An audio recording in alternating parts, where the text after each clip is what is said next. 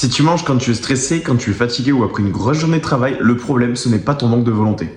Et tant que tu essaieras de régler ça uniquement avec un régime, tu continueras à perdre le contrôle au mauvais moment. Parce que manger ses émotions, ce n'est pas un problème de nourriture, c'est un problème de gestion de l'inconfort intérieur. Si tu ne me connais pas encore, moi c'est Corentin, coach sportif spécialisé dans la perte de gras. Aujourd'hui, j'ai déjà accompagné plus de 60 hommes à reprendre le contrôle de leur alimentation et de leur corps. J'aide les hommes avec souvent un mode de vie assez sédentaire à perdre entre 10 et 30 kg de gras, retrouver de l'énergie et construire un physique dont ils sont enfin fiers, sans régime extrême, sans frustration et sans avoir l'impression de se battre contre eux-mêmes. Et si tu regardes cette vidéo, il y a de grandes chances que tu te reconnaisses dans cette situation. La journée, tu fais attention, tu essaies de manger correctement et tu te dis que cette fois-ci, tu vas être discipliné. Mais le soir, après une journée de travail, quand tu rentres fatigué et que tu as enfin un moment pour souffler, tu te retrouves devant le frigo ou le placard. Un biscuit, puis deux, puis trois, et à ce moment-là, tu te dis bon, tant pis pour aujourd'hui. Et derrière ça, il y a souvent de la culpabilité. Tu te dis que tu manques de discipline ou que tu n'as pas assez de volonté. Mais en réalité, la plupart des gens se trompent complètement sur la raison. Parce que tu ne manges pas tes émotions par gourmandise, tu manges tes émotions pour calmer un inconfort intérieur, du stress, de la fatigue mentale ou de la frustration. Après une grosse journée, ton cerveau cherche simplement un moyen rapide de se sentir mieux. Et la nourriture devient une sorte de bouton off émotionnel. Elle apaise, elle détend et elle apporte un petit moment de plaisir. Et ce mécanisme est totalement normal. Le problème, c'est que beaucoup de personnes pensent que pour arrêter ça, il faut se contrôler encore plus. Encore plus de discipline, encore plus de restrictions, mais en réalité, plus tu te contrôles, plus ton cerveau prépare la compensation. Et ça finit presque toujours pareil. Restriction, frustration, craquage. Je vais te raconter l'histoire d'un mec coaché qu'on va appeler Thomas. Thomas travaille dans un bureau et passe la majorité de ses journées assis. Avec les années, il avait progressivement pris du poids et surtout du ventre. Son objectif était simple, perdre le gras du ventre et retrouver un physique dans lequel il se sent bien.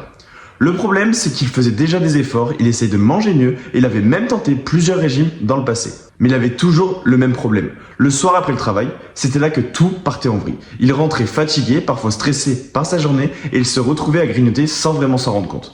Des biscuits, du chocolat, des snacks et parfois plusieurs fois dans la soirée. Et le lendemain, il culpabilisait. Alors il essayait de se punir. Salade, poulet, très peu de calories et surtout, il supprimait tous les aliments plaisir comme le chocolat ou les desserts. Résultat, il tenait quelques jours puis il craquait encore plus fort. Quand on a commencé à collaborer ensemble, la première chose qu'on a faite, ce n'était pas de changer son alimentation.